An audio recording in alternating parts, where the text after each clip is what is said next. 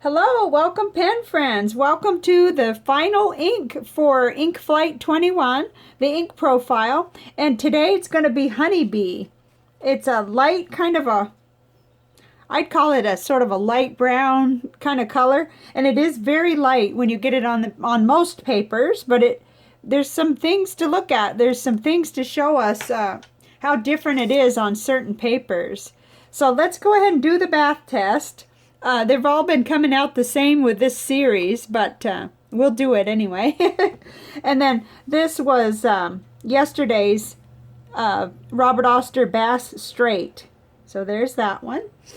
Okay, so let's get right in here. Wow, it's filled out. The spread is all filled out, and I really love these once they're filled out, and it's a keepsake, you know, for me to flip back on and remember what was in the ink flight and what I thought about it initially, because, you know, sometimes I revisit these inks later. You never know how you're going to feel about them later on, or what you're looking for a certain art project or something. So let's see, here we are.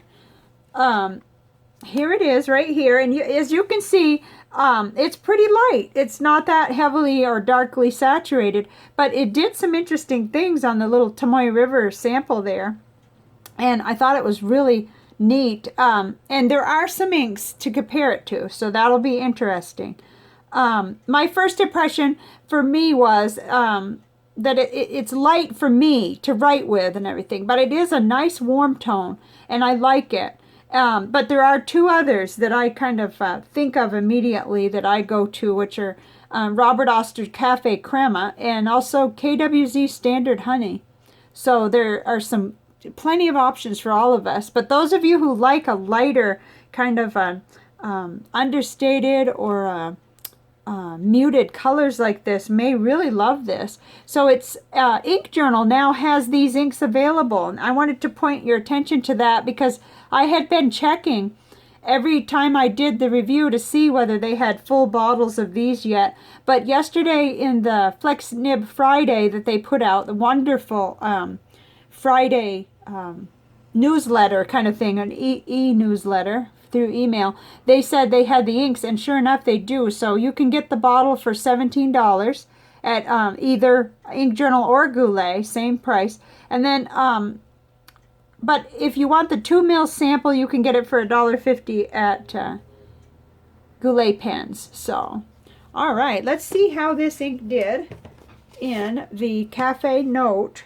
which is my favorite journal of the moment, my Nanami Paper Company journal with the Tomoe River paper. Now, for my taste, it gets kind of lost on here. It's quite light, and I'm kind of holding it funny because I know you can see, like, this page is getting all the natural light right on it, and so you can see it sort of brightens it when the overhead light touches it. But it is it's got a lot of nice shading. You can kind of see that, and it's subtle because the ink is light to begin with. But even on that little smiley face, I think you could probably see it. So very nice. And oh, I'm having a great day with my I think that as I work through things and as I get more confident that there's going to be a solution for everything, that really helps me. So let's go back, and I want to kind of compare this ink to another Robert Oster ink that we already did during the 30 Inks 30 Days, and that is, and I'll kind of fold it like this at first, this is the Cafe Crema. So let's see, we'll move the bookmark over. You see it's more brown and it's darker, but you'll see it on the panel how it compares to here in a little while. But I just thought that would be interesting for those of us who are on the other spectrum. We like either darker or brighter, or something. It's neat to compare it head to head with that. So that's what I've done. So all right, let's get right on to the other ink paper samples. Now if you notice, I did put both of them on here. I did go ahead and put Honeybee, and then I came in and put compare to Cafe Crema. I just thought that would be fun, and since I was at that point of cleaning out the Serendipity anyway, I just went ahead and dipped it into the other ink, and that way we could see the comparison right side by side. but it is really pretty on 3 of my papers, in my opinion. It kind of holds its own on the Tomoe River paper, and then also on the Leuchtturm. But there they both are. So this is the ink of the day, Honeybee.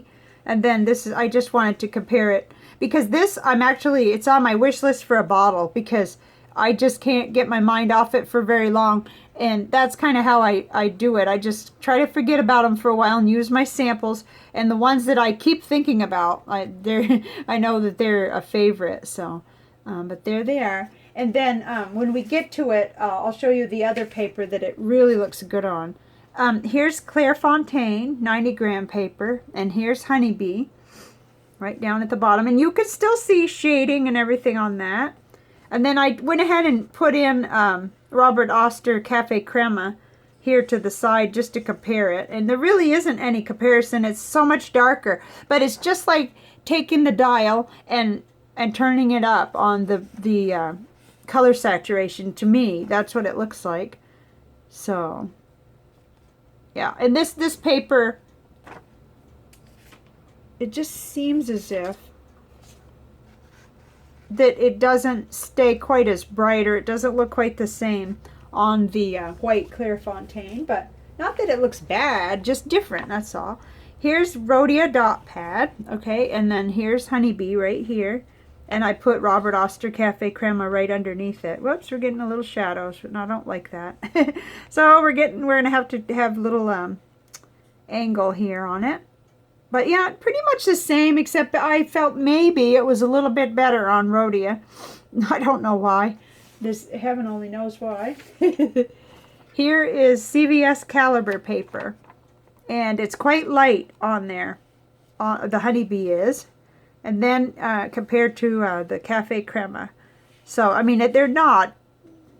I'm not trying to say that you would be in that same color family even, because you're moving out of that light color and into the darker browns. Okay, this was the other paper that I felt like Honeybee did really good on, was the cheaper paper, the Office Depot College Ruled. I forgot my rings today and I feel naked. But anyway, Robert Oster Honeybee, there it is. And it stays, let's see, let's go ahead and get that Rhodia up here and see if we can compare it. It's a little hard to do, but I think that even you could see it definitely shows off the ink better on a little bit more absorbent paper, perhaps, or a little bit different. And it could be because the tone of the paper is leaning toward ivory. So I was really pleased with that, you know, because when we get done with these ink samples and we know that we're not going to use it, but there's still maybe a mil left, you know, it's nice to use the inks up or to write letters and so forth. So nice to know which papers they look good on. Okay, so this is going to be just like the others, I guess. It's going to disappear. And that's normal. That's typical fountain pen paper. So my panel is a little funny today, but I'll explain. I'd love to get it straight if possible. Okay, so Honeybee is down here in the bottom left-hand corner, because this panel wasn't complete, and I thought it would be just nice to keep them all together, you know. And yes, a little bit of laziness perhaps, but it keeps all of them together that are kind of in this group. And this is all of the inks that I have that are anywhere near similar, and it's very interesting what happened there. I can see Papier Plume Caramel has some things in common with it, but it's still a different shade. You could see that even on the video here. Gosh, it's interesting. Very interesting. And the warmth of the Noodler's Golden Brown is very similar, I think. And you're seeing a lot of that same color, but not quite. So that was interesting too. Huh. And then down here, I put 2 more of my favorite inks that are kind of in that family, but they're nowhere near as light as Honeybee, and that is the KWZ Standard Honey here, and then Robert Oster Cafe Crema, so we can kind of compare them. So it was very interesting. you know, of course, I don't know why I had that one on there, because it is yellow, and there it is in the middle of a bunch of light gold and light brown. But even Noodler's Apache Sunset is fun to compare, because a lot of us have studied this one or have it or have had a sample of it. And it leans over toward orange, of course, but it's interesting to be able to see them all on the same panel, I think. So, very interesting. Let me hold that up so you could see what Honeybee did. It's very susceptible to water, shall we say.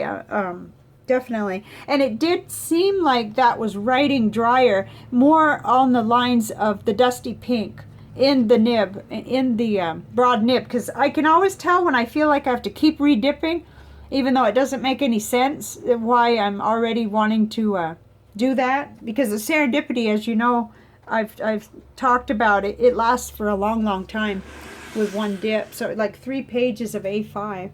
Okay, let's get into this now. This is the visual journal, where I put down water first and then a drop of ink.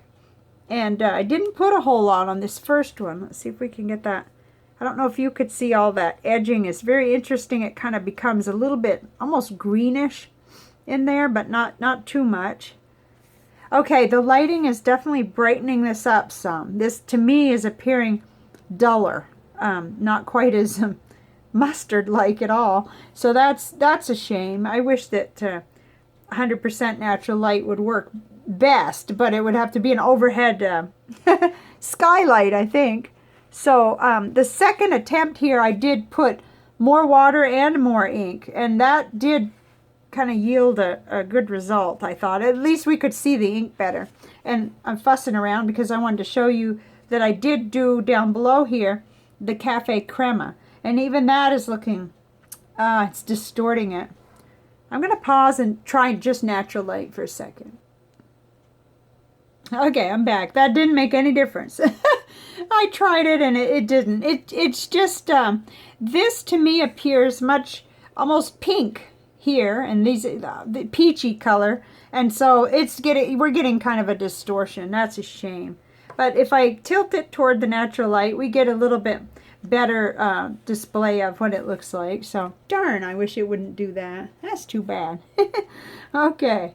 So, let's look one more time at our big overall panel, because we're finished.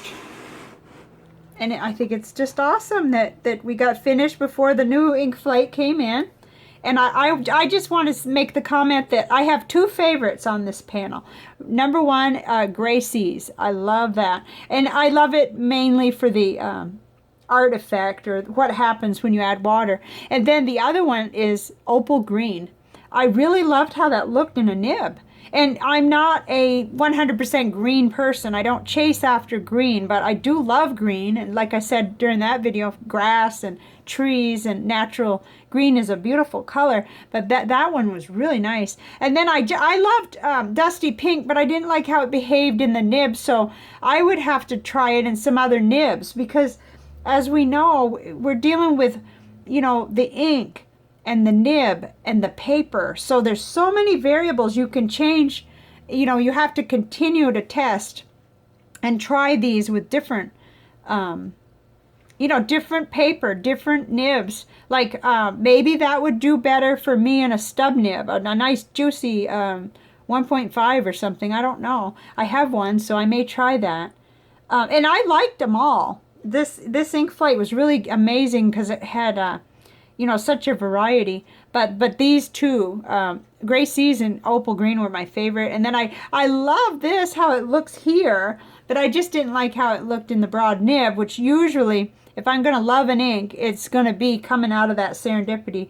I'm going to love how it looks in that nib. So let's just turn really quickly into the that final spread, and we'll finish out, because what's coming next is going to be in the next video, and it's going to be a little bit interactive. So, oh, I'm always moving things. That drive people crazy. Okay, so this was very successful, I think. Very nice testing of the inks, and the ink flight box was just amazing. I loved it this time. I haven't read the book yet, I'll have to confess, but it's right here, so that when I am here, working at my desk, I can get into it because it looks really easy to read. It's got a lot of neat writing tips, and I just think it's amazing. So that's going to be fun. That'll be really fun. Okay, so just usually I flip to what's next, but I don't have it yet because I'm going to need your help for that. What I'm going to do is produce a separate video, which will probably be a big mess, but at least, you know, I'll be able to lay out all of the ones that I'm looking at, and I do want to compile a viewer's choice series that'll have at least 8 inks. And if I get more suggestions than there are 8 slots, you know, for that series, then I'll just draw them out of a hat. You know, I'll write them on a little piece of paper. But I'd like to show you, I've got a big panel that you've seen before, but it'll give you a chance to look at it. And then I have everything swatched from Birmingham Inks, and several of the pen friends that have sent some little sample inks to me. But I would like to have your help for that series so that we would... so I would know that somebody was actually waiting to see that. And I'm talking about just what I have in-house, because right now I'm not buying anything. I've already done that. I already got to the ink flight and the log and jotter and my pen, my pink pen that I showed you the review of. So you can look forward to that soon, because that's just going to be a short video where I put all the swatches out, and you can start to either shoot me an email, or probably best write in the comments of that video what you want to see next from what I have here to show. So thank you so much for joining me. This has been fun. This has been a fun series, and let me know which one was your favorite. We had a lot of good ones, so that's pretty cool. So I will see you on the next video. Bye for now.